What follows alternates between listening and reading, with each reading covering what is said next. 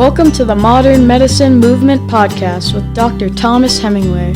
Have you ever looked in the mirror and said to yourself, I thought I'd be healthier, in better shape, feel better both physically, mentally, emotionally, and spiritually, and be further along in my life? If so, come on this journey with my dad as he explores all things health and wellness from a holistic medical perspective, even as a classically trained physician. He'll share integrative strategies to optimize health and inspire you to join the modern medicine movement. Welcome to the Modern Medicine Movement Podcast. Dr. Thomas Hemingway here, sending a big aloha on this beautiful spring day. I'm looking out the window here. Oh my gosh, we have schizophrenic weather. We just had like 60, degree weather, 2 weeks of it here in the mountains, and then we just got almost 2 feet of snow today, and it's awesome. I love it. We just got back from a trip to Florida where we spent some time on the beach. I was there for a conference. It was amazing, and I just love me some vitamin D, and I got plenty over there, which was awesome. Got to surf a little bit and hang out with my kids, which was amazing. We were right there on the beach. It was awesome. So I took a little bit of a break from podcasting while we were there. Just wanted to focus on my conference and my family. And so hopefully you didn't miss me too much, but if you did, that's a good thing because we're back and got a really exciting episode for you guys today. Just wanted to give you a little primer. It's going to be kind of the latest and greatest on intermittent fasting with a little bit of attention to detail on what some people might call circadian fasting, and then another sort of variation of intermittent fasting that some might describe as intuitive fasting. So we're going to talk about these things, kind of give a little update from our previous podcast almost a year ago on intermittent fasting, where I first kind of introduced this concept and we talked about circadian rhythms and all that kind of stuff. So we're just going to add to that. It's going to be awesome. You're going to get some key pointers and sort of action steps on what you can do to improve your metabolic health through this very simple technique. It's awesome. Super excited about it. Welcome again. If you guys haven't already subscribed to my podcast on Apple Podcasts or wherever you get your podcast, Google Podcasts, Stitcher, what have you, Modern Medicine Movement, please do that. Please share these episodes to your friends, family, share alike, because that's how we get more folks to listen and to enjoy. And most importantly, to benefit from this up-to-date, clinically useful, and helpful day-to-day information that literally can change your life one day at a time. Optimize your health, your wellness, that of your mind, your body, your energy, your spirit, we've even had financial podcasts. So anyway, thank you for subscribing. Thank you for sharing. If you haven't already done so, please hit me up for a review on Apple Podcasts. Scroll to the bottom where you see those 5 stars and click on the one farthest to the right, number 5 of the 5, and just click the little link below. Write me a quick review. Really appreciate that. So helpful. Gets the word out. Without further ado, guys, let's get into it. So we talked about a year ago about intermittent fasting, or what some might refer to as time-restricted feeding or time-restricted eating, or I've referred to it a little bit as mindful eating. There's also this concept of intuitive fasting, which is kind of really just the same thing. It's just allowing your body to, direct you, your needs and your overall desires to kind of, direct both your eating and also your fasting. And I would caution you, because if you just kind of use this intuitive approach, if your metabolism is kind of not functioning optimally and it's a little bit wrecked and it's not flexible yet. We've talked about metabolic flexibility. If you missed that podcast, go back and re-listen, because that'll kind of give you a little bit of a primer on what we're going to talk about here. But basically, if your metabolism is not functioning well and you don't have metabolic flexibility, your body is sending you oftentimes the wrong signals. You might be hungry all the time. You might feel like snacking all the time. And part of this may be your habits have directed this over the years. You've kind of fed your metabolism at all hours of the day, because often many of us, including me, learned back in medical school and my nutrition classes in medical school that we were supposed to eat every 2 to 3 hours to keep our energy up. And this is actually one of the worst things we could have been taught, because what that does is when you eat, it spikes your glucose, which spikes your insulin, right? And it keeps your insulin up way too much. And when your insulin is up too much, you get insulin resistant, which makes you have all kinds of propensity or the likelihood of developing all these chronic conditions that we don't want, like diabetes, obesity, cardiovascular disease, even cancers. All are increased by having insulin resistance. So eating every 2 to 3 hours is not awesome for your body, but if you've been doing it a long time, that's kind of what your body is used to. And you may have signals that tell you to eat every 2 to 3 hours because you've basically been doing this for months or years or decades. And so that's what your body kind of wants. So you got to break the cycle before you can really benefit from the true intuitive or mindful eating or intuitive fasting. You got to break that cycle of snacking. So that's almost always my first tip to kind of start to improve your insulin sensitivity, is just you got to stop snacking. So you got to, my wife kind of, for her kinesiology degree, she's got a bachelor's in kinesiology. She's also got a bachelor's in nursing, fitness and wellness. She was in the coaching, training. She's a personal trainer, certified trainer, and that, 20 years of that. And she was always kind of under the, premise that it was good to do the 4-4-12 model, which is basically you eat your meals, but you don't snack between meals. So you don't eat between meals, and between dinner and breakfast, you should wait at least 12 hours. And that's an awesome place to start. That way you can still get in your 3 meals, but you're also getting a 12-hour window between dinner and breakfast, and you're not snacking. So that's a good place to start. And then we'll kind of add to that here with a little bit of we'll call it circadian fasting, right? If you guys remember, the circadian rhythm is sort of our body's natural, light and dark rhythm, the so-called diurnal, the day, or the nocturnal, the night, and exposing ourselves to light during the daytime, to trigger our, brains to say, hey, wake up, it's daytime, be energized, be refreshed, energetic, get your work done. And then once the evening comes along and the sun sets, we have melatonin then go up, telling our body to kind of chill, relax, and, get into that nocturnal cycle where we kind of let our bodies repair, regenerate, and get ready for the next day, do all the housekeeping and cleaning stuff. So that's kind of the circadian biology, if you will. There's a lot of fancy words out there, chronology or chronobiology, if you will, sort of the study of how all of our physiological processes are affected by this night and day cycle. This circadian rhythm affects basically all of our biological systems, everything from our gut, that's right, your gut, your bacteria in your gut, your own cells in your gut, your microbiome. It's all affected by these daily cycles. And if we get that fine-tuned, our gut will be happier, it'll be healthier, our hormonal balance will improve, and it's a natural segue into this circadian fasting biology, which is super easy. It's sort of what we were programmed to do. If you just think about it, say hundreds of years ago, prior to the advent of electricity and refrigerators and all these kinds of things, we didn't eat, when we first rolled out of bed in the morning, because we didn't have, stuff sitting around from the day before. We didn't have leftovers. We didn't have snacks. We didn't have any pre-prepared, ready-to-go food. So we naturally did a circadian fast, meaning we ate our last meal typically, before sundown or at sundown, and then it was dark. We just kind of wrapped it up for the night, had a nice good 8-hour plus sleep, got up in the morning with the sun coming up, and then we didn't look for breakfast, to eat around the house. We went out and we hunted and we gathered, and we often had to put several hours into, getting our food because we didn't have any sitting around. And so minimum, our predecessors had a minimum 12-hour window. It was probably more like 14 to 16. And then once they got their food, they ate it, and then they probably ate one more meal, in the evening, and that was it. Most of our predecessors really only ate 2 meals. The advent of breakfast, I did a whole podcast on breakfast and breakfast cereals and all these things.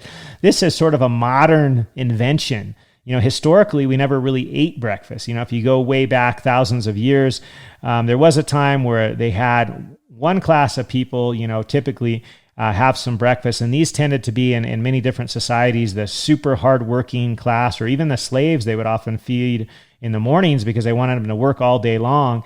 And the other guys that just had the normal kind of, jobs where they weren't out in the fields and maybe enslaved or whatever, they weren't eating first thing in the morning. They were eating like a noon meal and then an evening meal, and that was it, 2 meals a day. So even into civilized situations, no one really ever typically ate breakfast. Breakfast was not the norm. And hearing this thing, breakfast is the most important meal of the day. I mean, holy crap! Honestly, like for the most part, that couldn't be more wrong. And so I actually heard that recently. One of the guys that I really enjoy, I follow him. He made a post, I think it was about a week ago, on how breakfast is the most important meal of the day. And I hate to tell you, man, that's propaganda.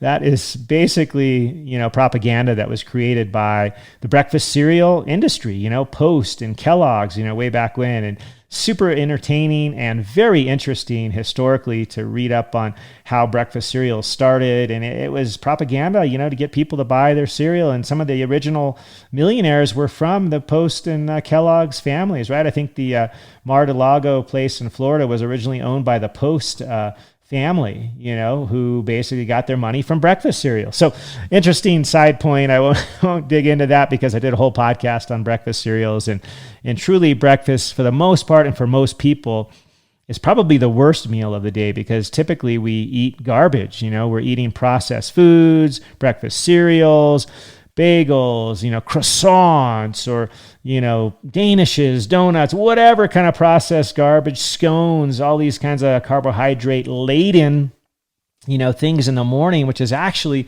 the worst time to eat a bunch of carbohydrates. Anyway, I'm not going to get into that. I've talked about that before. Check out my breakfast cereal podcast. But what I wanted to basically touch on is that historically we weren't a breakfast people.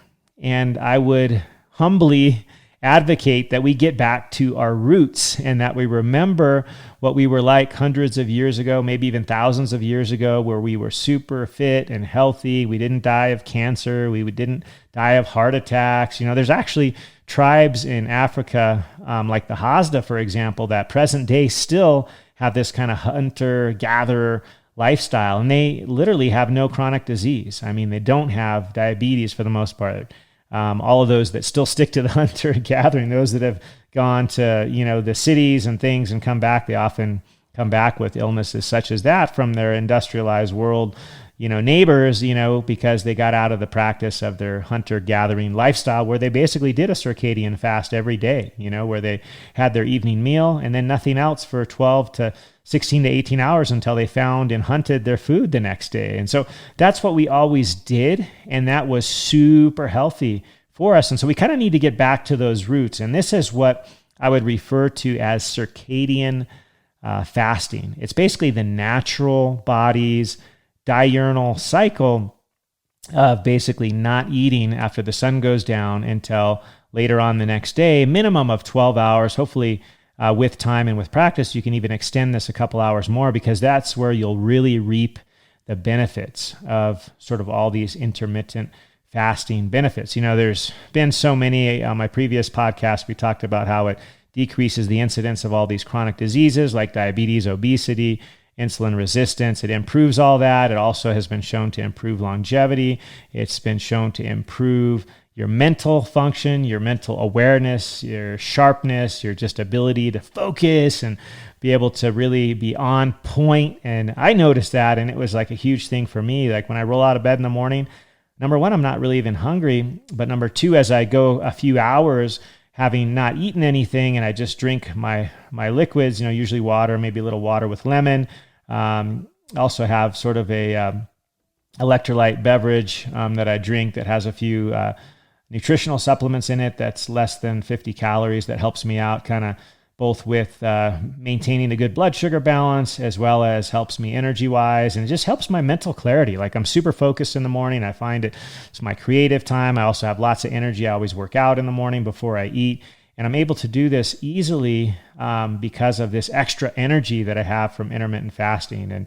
And you'll notice this as well as you do it. And I wanted to share with you some of the additional benefits that I've found on some recent studies about intermittent fasting, or circadian fasting, if you will. There's a super interesting one that was done by a lady by the name of Patterson. I'll put a link to it in the show notes. But basically, she was looking at what she called her circadian fast, which was only a 13-hour window from dinner to breakfast. So that's really simple. I mean, if you think about it, that's like, say you eat your dinner at 7 p.m., and then 7 a.m. you get up or whatever, and then 8 a.m. you eat breakfast. So you only waited an hour after you woke up before you ate something. So that was a 13-hour fast. They would call that classically kind of a circadian fast, because most of that time you spend sleeping anyway. So no more midnight snacks, guys. Sorry, it's not healthy for you. Just drink water, or what have you. And, it'll come with time. I mean, sometimes you might feel like snacking, but I think as you practice this, it'll actually get pretty easy, because most of the time you spend during this circadian fast, if you will, is actually sleeping. 8 hours of sleep plus a couple hours on either end. Say 2 hours after dinner, 2 hours before breakfast, and you've got it. There's your 12-hour circadian fast. So this lady, Miss Patterson, published a study. I got it pulled up here. Let's pull up the actual study for you guys. And what I found was pretty interesting. This was from the JAMA, Journal of American Medical Association Oncology section from August 2016, and it's entitled Prolonged Nightly Fasting and Breast Cancer Prognosis. This I found pretty interesting. Ruth Patterson and her colleagues basically looked at how this circadian fasting, and they just looked at a 13-hour window between dinner and breakfast without eating. You can drink as much fluid, water, or non-caloric fluid as you want, but just no food for those 13 hours. She found that this decreased the risk of breast cancer recurrence. So this was a group of ladies. It was actually a fairly decent study, 2,413 women. So pretty good. N, or the number of participating women in the study, was over 2,000 people. And they had one group where they did this 13-hour nightly nocturnal circadian fast. And the other group, they just kind of let them do normal behavior, which unfortunately, most of us here in the U.S., we have what I like to call the SAD diet, the standard American diet. And it's a sad diet. And we typically on average are eating 16 hours a day, right? There's only 8 hours that we're not eating, and basically that's while we're asleep. We eat our late night snack, then we go to bed, we get up in the morning and we put something in our mouths immediately, which just is, like I said, the worst thing we could do. I mean, it's super important to have that window where you allow your gut and your body to rejuvenate and perform all of the sort of regenerative missions and functions that it does, like autophagy, which I've talked about in a previous podcast, and cellular and DNA repair, and all those things, the sort of housekeeping, if you will, that has to happen in our bodies. And if we're eating all day long, that requires a tremendous amount of both energy, but also just all the other things and functions that go into that. And if we're doing that, we can't have the proper cellular and metabolic and physiologic rest that we need to do those housekeeping functions and repair our DNA and get our cells back into gear, flush out all the toxins and all those things that happen at night while we sleep, if we're eating that whole window, because we're basically sucking up all the energy to process our food and so on and so forth. So having a window where we're not putting something in our mouths is super important. And so Ruth Patterson found this, that specifically her group, she was looking at breast cancer survivors, like I said, over 2,000 of them, and they found that those that did nightly fasting of 13 hours had a statistically significant reduction in cancer recurrence. I think it was like 34%.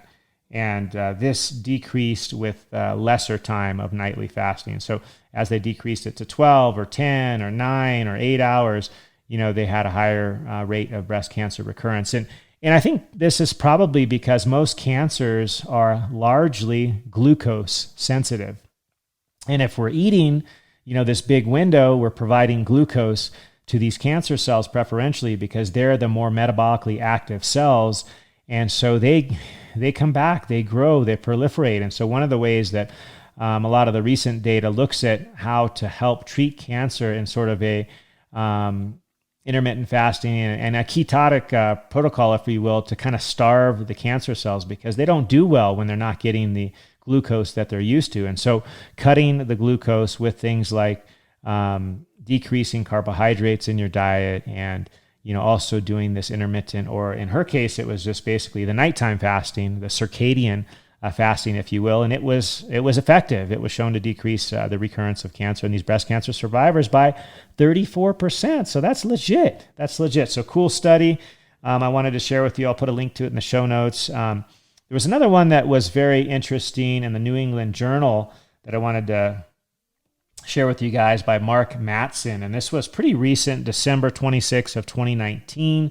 Rafael De Cabo and Mark Patterson did a review article in the New England Journal, which is a super solid medical journal, on intermittent fasting, and it's entitled "The Effects of Intermittent Fasting on Health, Aging, and Disease." So I'll share with you in the show notes. This I thought was a pretty interesting, because they kind of basically review all of the data up until that point that they were able to access and share sort of the main ideas and the things that they gleaned from that. And basically, they basically articulate all the multiple benefits of intermittent fasting on the body. And what I liked, which I hadn't heard many people talk about before, is they sort of talked about this metabolic switch that occurs once you've been fasting for 10 or 12 hours, that basically your metabolism switches off. So this metabolic switch, if you will, the metabolic switch that occurs when you're doing intermittent fasting, basically you got to be, over 10, 12 hours of not eating to turn this switch on. And when the switch turns on, as described by this New England Journal of Medicine article on intermittent fasting by Mattson and De Cabo, it basically turns on sort of the fat burn and, as well as sort of the energy activation, if you will, of the metabolism, which I think is pretty stinking awesome. And this is something that I've noticed personally when I do intermittent fasting, which is most days, I would say probably 6 days a week. On the weekends, I'm less sort of strict about it. We usually like to have a big like Sunday breakfast. And typically this is still breakfast at like 10 or 11 o'clock in the morning. So I'm still doing kind of a circadian fast, which may be about 12 or 13 hours. Typically in my day, fast is closer to 16 or even 18 hours, where I basically eat my meal at night at about 7 p.m. and then I don't eat again until 1 or 2. I eat my, I call it breakfast. Sometimes it's probably more of a brunch, but I like, eating, 3 or 4 eggs as well as some avocado. But I do this at about, 1 or 2 in the afternoon. So I'm still doing a 16 to 18 hour intermittent fast most days. And like I said, the weekends, it's probably more of a 12 or 13 hour, more of a circadian fast, which, as I mentioned, that article in JAMA that talks about how this helped the breast cancer survivors, it was only a 13-hour sort of nightly or circadian fast. So it wasn't a long period of time. And this is where I would kind of recommend people start if they haven't done intermittent fasting before, because it's really easy, start with like 11 or 12 hours from your dinner to your breakfast. And you'll find that as you do this, maybe every week or two, you can be able to increase that window a little bit farther. So start small. You don't have to do a 16 or 18 hour fast the first day. Try just a 10 or 12 hour nightly fast. We can refer to this as a circadian fast, where you're basically not eating in the evening and maybe waiting a couple hours when you wake up to eat your breakfast. And you'll find, I would bet, that you'll have a lot more energy. You'll be a lot more mentally focused and sharp. After you do this a couple of days, you'll be surprised how energetic you'll be. And also you'll activate sort of that metabolic switch that was referred to in that New England Journal of Medicine article, and I'll put a note for that in the show notes, because that activates sort of all these good qualities of your metabolism, where you start to burn fat. You go into sort of the fat burn, if you will, and get off the glucose metabolism. And I think that's why this is so beneficial to cancer patients or cancer survivors, like the other article that I mentioned, because they, those cancer cells, they're basically limited by glucose. I mean, they primarily are metabolically seeking the glucose for their cellular energy. And so if you starve those cancer cells of the glucose, they don't proliferate, in the same degree. They don't survive as well. So really cool stuff. And obviously that's a natural technique, doesn't require any specific medication, and it could be used in conjunction with other therapies. So super interesting. Love that we're starting to see that in the literature as well. Super cool stuff I wanted to add. There's also kind of this notion, like I said at the outset, of this sort of intuitive fasting. And this is where you kind of follow your body's signals.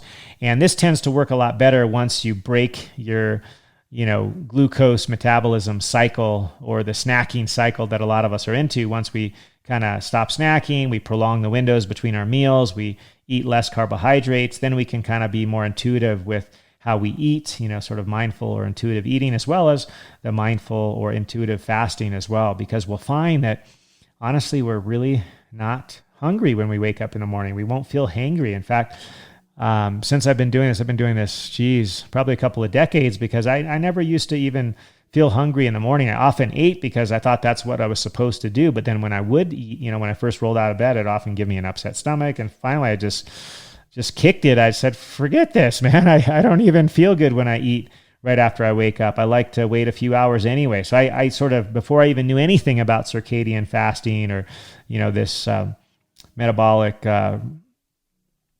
switch that turns on, I sort of noticed it because I was energized when I woke up in the morning. I didn't crave anything to eat, and I just drink a big tall glass of water and I get on with my day. And I was always sharp and alert, and I loved it. So I did this even without knowing about it. But now that I understand the benefits, I think they're even more evident to me. I think they will be to you as well.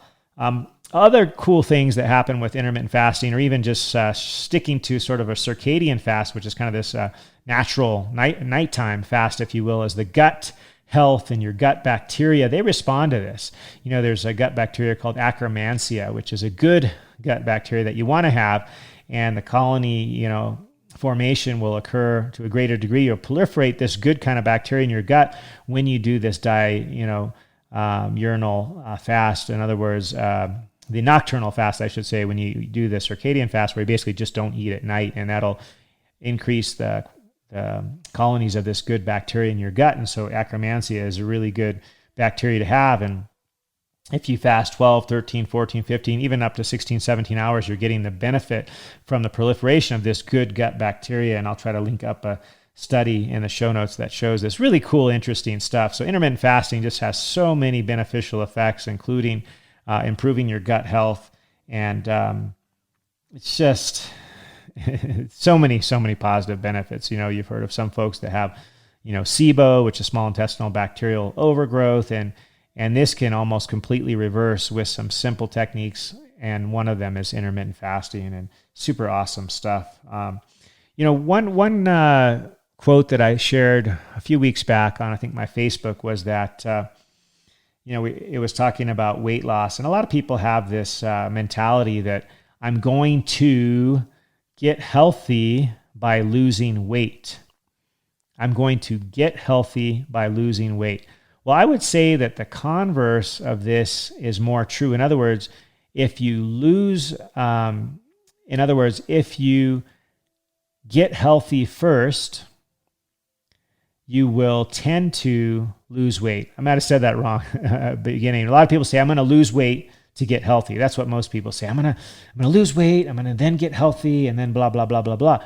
Well, I would say if you try to get healthy first, pay attention to what you're putting into your body, try to stick to natural whole foods, try not to eat processed sugars and refined carbohydrates and all the processed stuff that you buy that has a label that's prepackaged.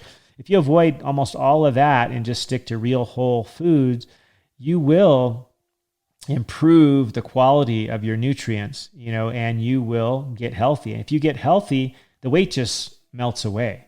You don't even specifically have to try to lose weight. And that's why this whole concept of caloric restriction that I think most people have been taught since they were young about dieting, you got to just eat less, exercise more, eat less, exercise more. That's kind of been the dogma for over 100 years, probably 200 years. And especially in the US, ever since dieting was kind of talked about way back when, that it was imperative that we diet and starve ourselves and start counting our calories, by that famous dieting book that came out, over 100 years ago.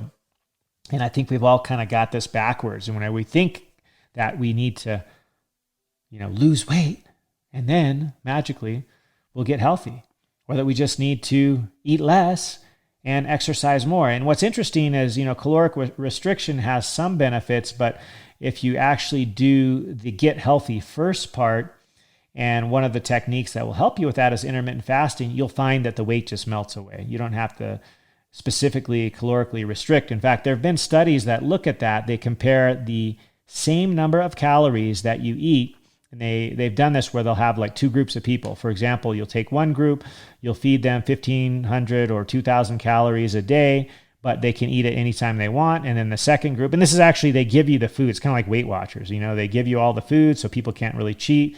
They just follow the protocol, eat the foods that they're given. And then the second group, they were given the exact same foods. They had the exact same calories, but they only let them eat that, total amount of food during 8 hours, I believe it was. And they had a tremendous improvement in not only, they lost more weight than the control group, but they also improved their insulin sensitivity.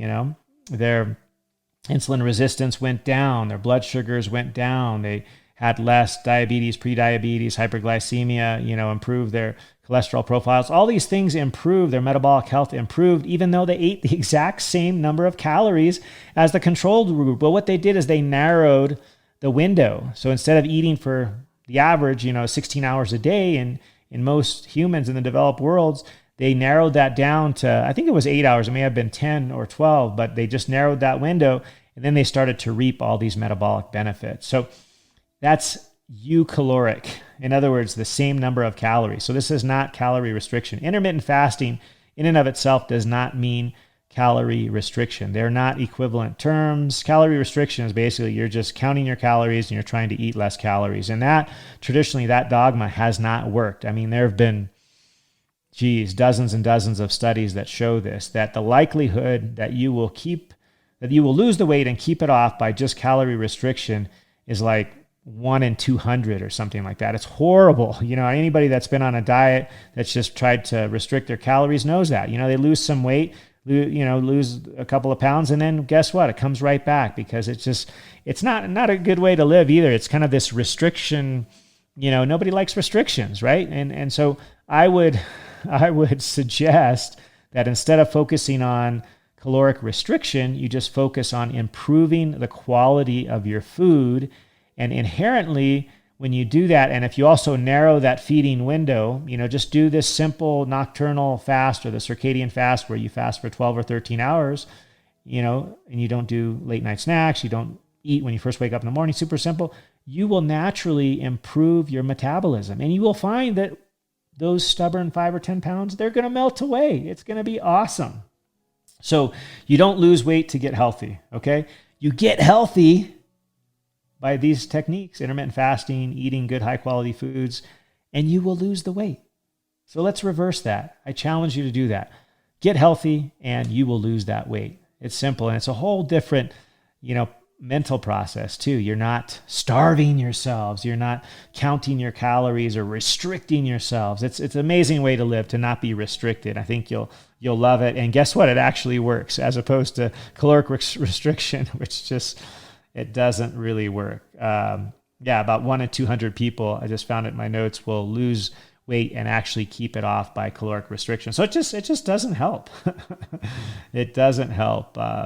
So stop counting calories and just focus on improving the quality of your food. I think it's so much simpler. Start with a simple 12 to 13 hour nocturnal or circadian fast, and just go from there. You can kind of extend that by a half an hour, every week till you get to about 16 hours or so, or just do what your body, wants and what sort of that sweet spot. And it's different for everybody. My sweet spot happens to be around 16 to 18 hours. That's where I feel amazing. And, when I do eat, it's because then I'm finally wanting to eat, and I want to eat good, healthy, natural foods. That's what I crave. I don't crave junk food anymore. And that's because I've got my gut healthy.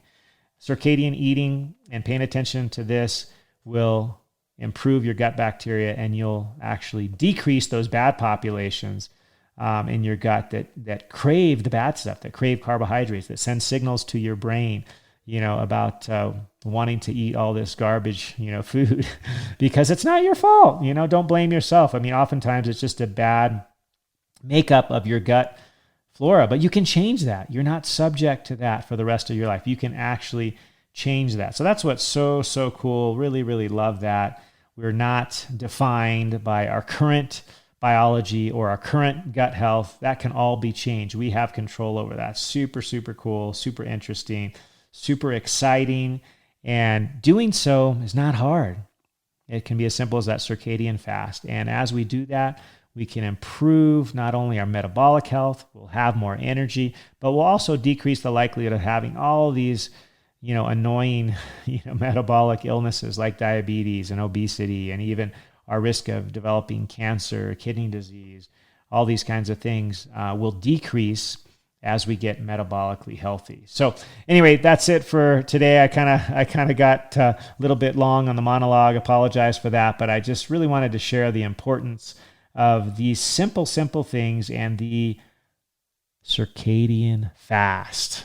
Circadian fast, because it's really just a different way to describe intermittent fasting. It's probably one of the easiest things. You just prolong your nighttime window that you're not eating, and it doesn't really even feel like a fast. I don't think so. So hope this is helpful. Hope this is valuable to you guys. If so, please share this podcast, share this video, and tag your friend. I think they could find benefit as well. It's the simple things in life that I think can give us the biggest bang for our buck, so to speak. So anyway, that's all for now. Shoot me an email or reach out to me on Insta or Facebook if you have questions. And I'd love to answer them, and I'd love to podcast on the things that you're interested in. Because there's, oh my gosh, so many things that we can learn that are simple things that have a big impact. And that's what I really feel like this intermittent fasting or circadian fasting can be so simple yet so powerful. And I really love to focus on those things as I share with my health journey with you and my podcasting, because nobody wants to be overwhelmed with keeping a notebook or a diary or a journal or having to count our calories, because guess what? It doesn't even work. Don't count your calories. Just pay attention to improving the quality of your food, and you will come out ahead in the end. So love you guys. Share this. Shoot me a review. Shoot me a note. Modern Medicine Movement Podcast at gmail.com. Reach out to me on Instagram at Aloha Surf Doc, on Facebook, Thomas Hemingway, or the Modern Medicine Movement. I'd love to connect with you. So until next time, a big aloha from Hawaii.